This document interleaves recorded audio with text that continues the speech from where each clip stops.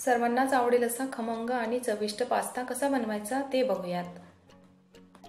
Hi everyone, Mumtaz all चॅनलमध्ये आपलं सर्वांचं खूप खूप मनापासून स्वागत आहे।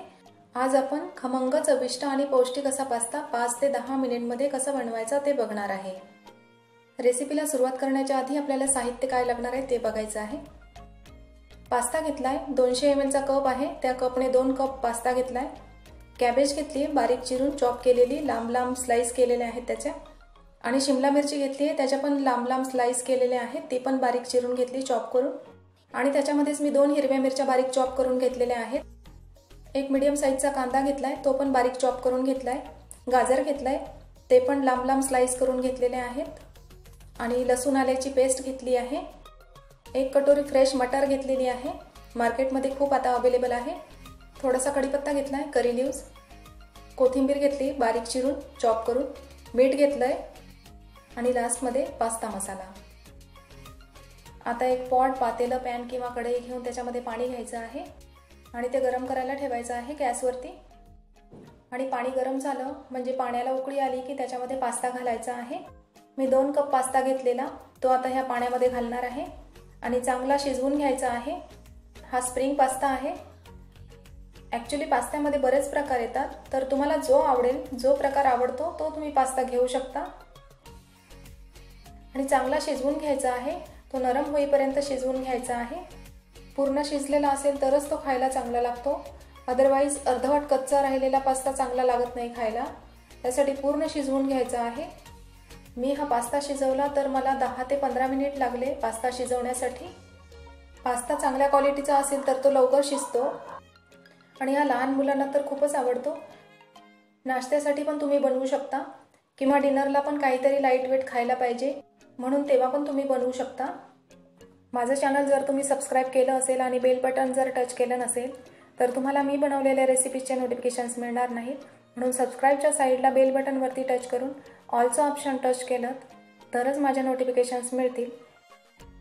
आणि तुम्ही बघू शकता मी दाखवल्याप्रमाणे पास्ता शिजलेला आहे।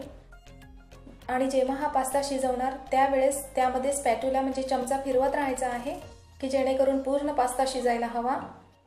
अदरवाइज काय होतं, खालून पास्ता शिजतो आणि वरचा पास्ता तसाच राहून जातो, म्हणून त्याच्यामध्ये चमचा फिरवत राहायचा आहे। आणि आता एक पॉट, बोल किंवा टब घेऊन त्याच्यावरती स्ट्रेनर ठेवून पास्ता स्ट्रेन करून घ्यायचा आहे, म्हणजे यामधलं पूर्ण पाणी काढून घ्यायचं आहे। आणि त्याच्यावरती थंडगार पाणी घालायचं आहे। 2 कप गार पाणी घालून हा पास्ता फ्री करून घ्यायचा आहे, म्हणजे मोकळा करून घ्यायचा आहे। गार पाण्यामुळे एक एक पीस असा वेगळा होतो, त्यामुळे त्याच्यावर गार पाणी घालावं लागतं। एक कढई किंवा पॅन घेऊन त्याच्यामध्ये तेल घ्यायचं आहे। मी आयरनची कढई घेतलेली आहे, म्हणजे लोखंडी कढई घेतलेली आहे।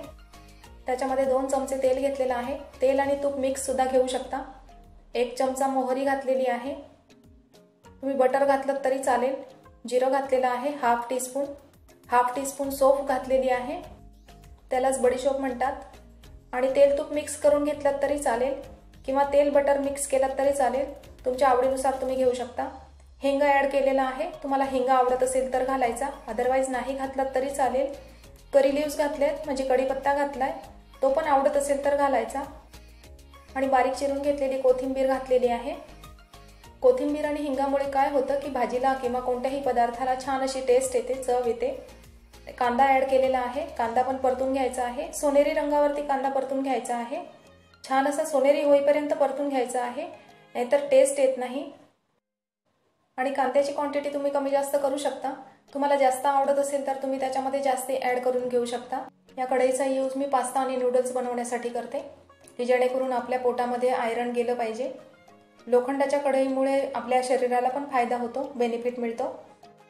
ह्याच्यामध्ये नूडल्स किंवा पास्ता बनवण्यासाठी इझी जातं, क्वांटिटी पण जास्ती असली तरी चालतं, म्हणजे छान असं परतण्यासाठी पण सुटेबल होतं, इझी जातं, कारण नूडल्स तुटत पण नाहीत डीप आकाराची जर कढई असली तर।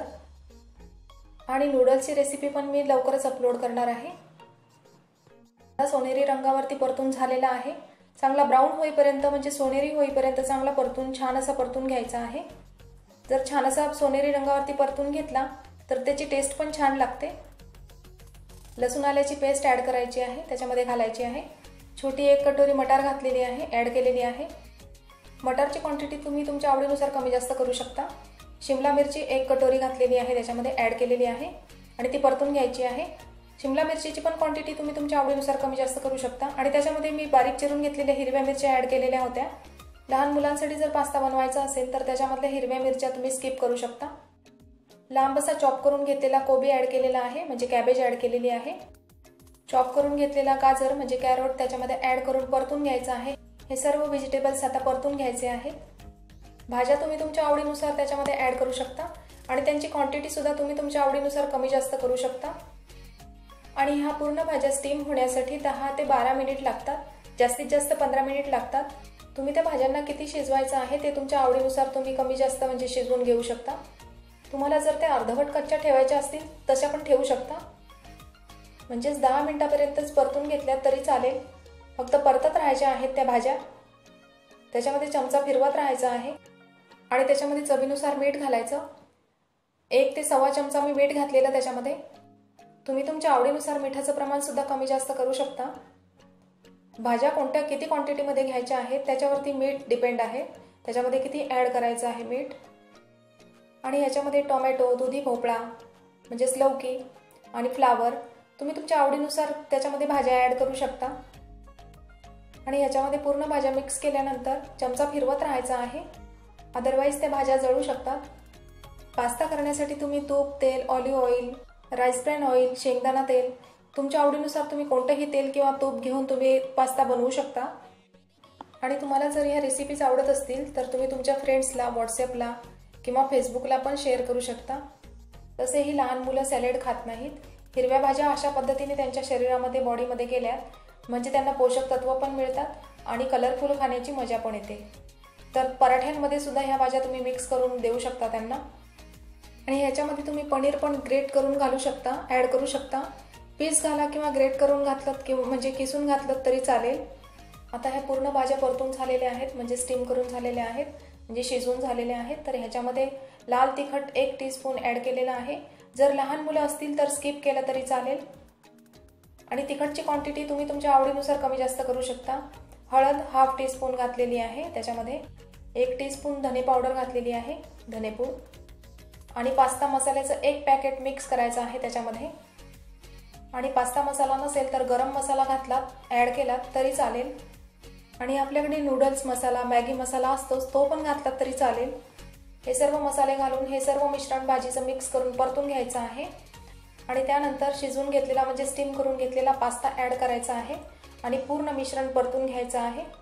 आणि याच्यामध्ये पास्ता ॲड केल्यानंतर हे पूर्ण मिश्रण 10 मिनिटपर्यंत तसंच सतत परतत राहायचं आहे। अशा पद्धतीने पास्ता तयार झालेला आहे, रेडी झालेला आहे। तर तुम्ही बघू शकता। अशाच पद्धतीने तुम्ही ही रेसिपी करून मला कमेंट करायला विसरू नका। तुम्हाला आवडत असेल तर ह्याच्यावरती बारीक चिरून घेऊन कोथिंबीर घालून गार्निश करून घ्यायचं आहे। पास्ता घेताना तुम्ही पास्त्याची क्वांटिटी पण कमी जास्त करू शकता आणि भाज्यांची पण क्वांटिटी तुम्ही तुमच्या आवडीनुसार कमी जास्त करून घेऊ शकता।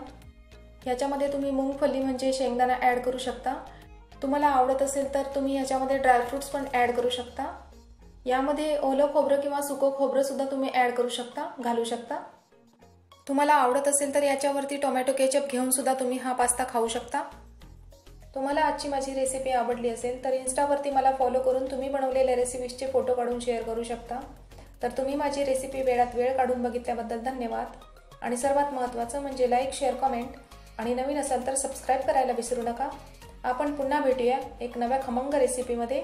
तोपर्यंत खुश राहा आणि खात राहा। माझी रेसिपी तुम्ही फेसबुक आणि व्हॉट्सॲपला पण शेअर करू शकता, मित्रांमध्ये पण शेअर करू शकता।